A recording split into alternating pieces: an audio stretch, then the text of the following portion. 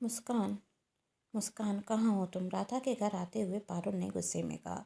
अरे ननंद जी, आप अंदर आइए। मैं यहाँ अंदर आने के लिए नहीं आई हूँ भाभी। यह बताइए मेरी बेटी कहाँ है? मुस्कान तो खुशी के साथ अंदर कमरे में।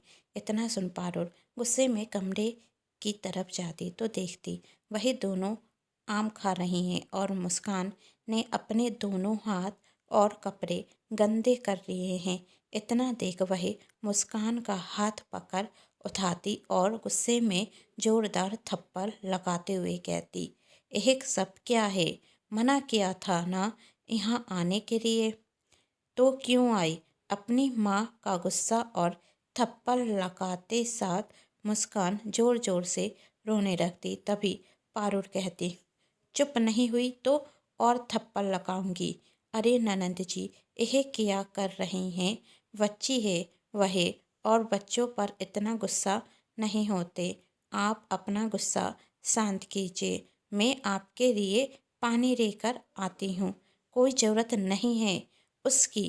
कहते हुए वह अपने साथ मुस्कान को लेकर जाने लगती।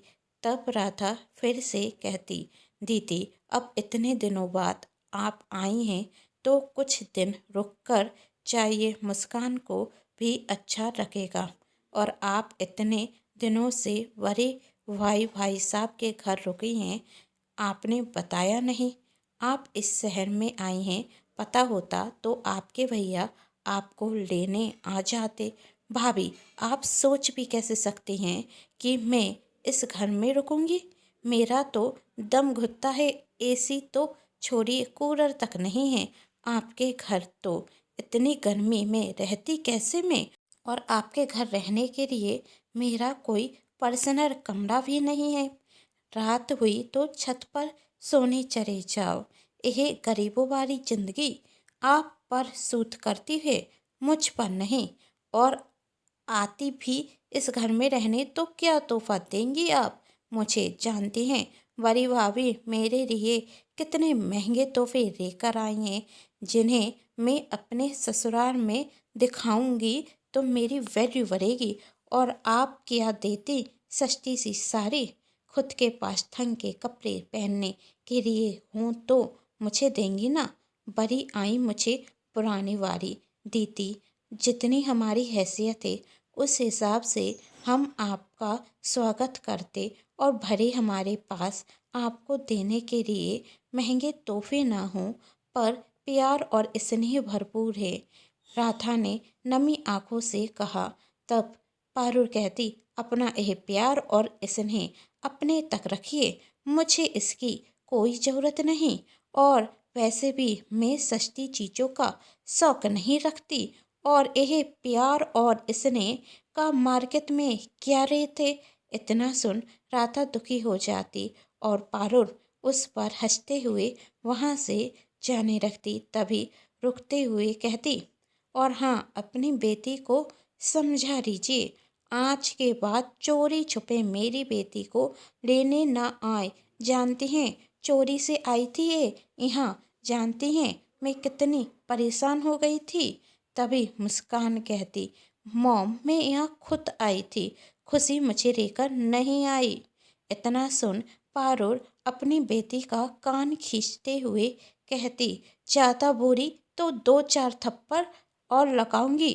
यह देख राधा कहती, दीदी बच्ची पर हाथ मत उठाइए, नादान है, ना समझ है। तब पारुल कहती, मुझे भी खुशी नहीं हो मेरी अपनी बेटी को थप्पड़ मारते हुए, लेकिन आपकी बेटी ने मेरी बेटी को जो एक गंदी आदत दे सिखाई है, उसे सुधारने के लिए हाथ तो उठाना पड़ेगा। तब राधा कहती, ननंद जी यह क्या कह रही हैं आप?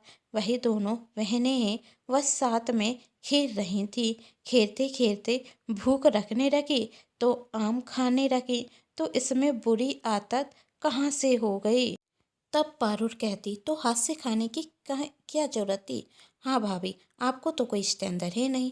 आप तो हैं ही गरीब, और इसलिए आपकी बेटी रहती है गरीब की तरह। देखिए किस तरह से आम खा रही थी, पूरे कपड़े गंदे हो गए। तब राधा कहती, तो क्या हुआ दीदी, मैं इसे साफ कर दूंगी। मेरी बेटी की फ्रॉक कोई 50-100 रुपए की नहीं है आपके बेटी की तरह जो आप इसे धो देंगी। पूरे 5,000 रुपए की फ्रॉक है। कौन देगा मुझे ये पैसे? आप देंगी? वैसे देना तो आपको ही चाहिए, क्योंकि मेरी बेटी की फ्रॉक आपके इस बेटी की वजह से खराब हुई है। तो पैसे तो आपको ही चुकाने होंगे। वैसे भी भाभी हैं आप मेरी, आपको मुझे महंगे तोहफे देने चाहिए, पर वो तो आपसे होता नहीं। तो कम से कम जो मेरा नुकसान किया है उसकी भरपाई तो कर दीजिए। दीदी, पर अभी मेरे पास इतने पैसे नहीं। तब पारुल कहती, पैसे नहीं हैं तो मैं क्या करूं? मुझे तो मेरे नुकसान की भरपाई करानी है।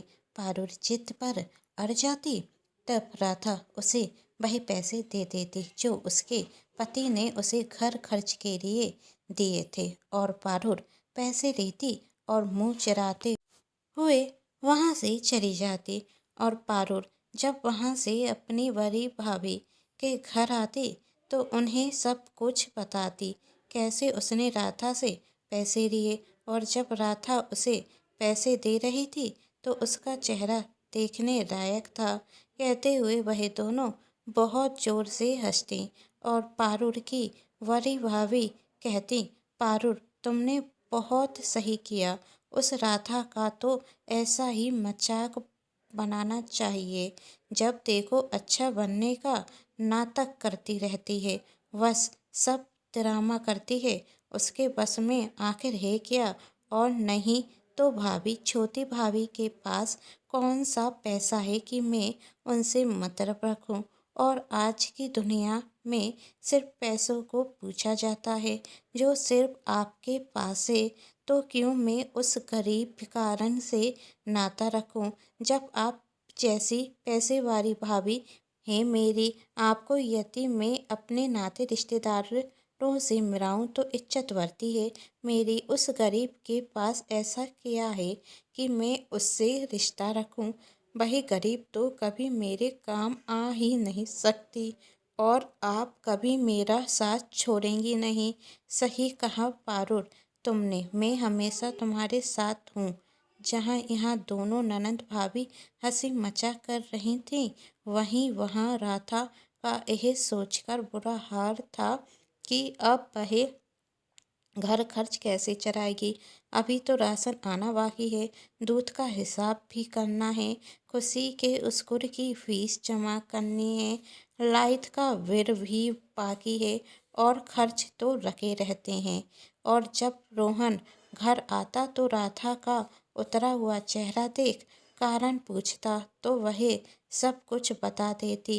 यह सब सुन रोहन भी बहुत दुखी होता। जैसे तैसे उनके घर का खर्च तो चल जाता, पर राधा की जो उनके दिल में जगह थी वह अब खत्म हो चुकी थी। अब राधा से मिलना जुलना उन्होंने कम कर दिया था। इसी तरह समय निकलता जा रहा था और अचानक से पारुल का सीढ़ियों से पैर फिसल जाता और उसके पैर में फ्रैक्चर आ जाता। वह मदद के लिए अपनी बड़ी भाभी को फ़ोन करती तो वह कह देती, ननंद जी आप तो यही बताइए आपको पैसे कितने चाहिए?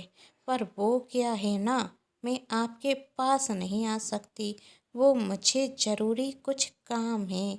तब पारुल कहती, भाभी मुझे पैसे नहीं चाहिए थे, आपका साथ चाहिए। आप तो जानती हैं मुस्कान मेरे बिना नहीं रह पाती। यदि आप उसके पास आकर रहेंगी तो उसे अच्छा लगेगा, क्योंकि मुझे तो कुछ दिन हॉस्पिटल में रहना पड़ेगा और मुस्कान घर पर अकेली है। तब उसकी बड़ी भाभी यही कहकर फ़ोन रख देती, इसमें मैं आपकी कोई मदद नहीं कर सकती।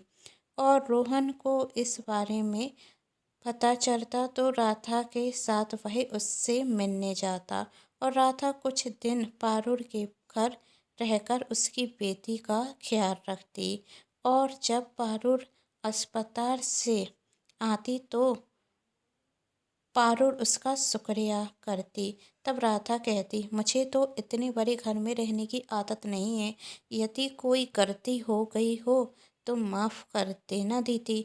अब तुम ठीक हो तो मैं मेरी बेटी यहाँ से चले जाते हैं। तुम्हारे भैया भी मेरा इंतज़ार कर रहे होंगे।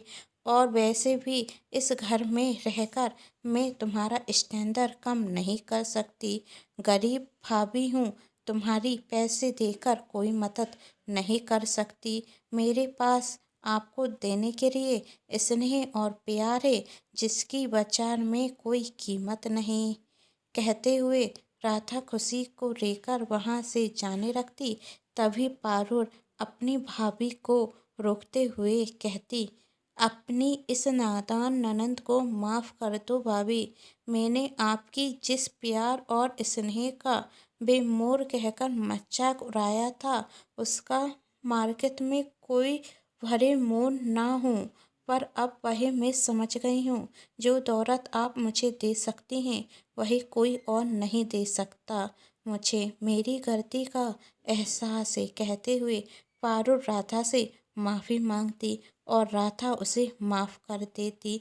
और अब उनका रिश्ता प्यार और स्नेह के बंधन से बंध चुका था। दोस्तों, आप सभी को ये कहानी कैसी लगी नीचे कमेंट बॉक्स में जरूर बताइएगा। कहानी पसंद आई तो चैनल को सब्सक्राइब, वीडियो को लाइक एंड शेयर जरूर कीजिएगा। Thanks for watching.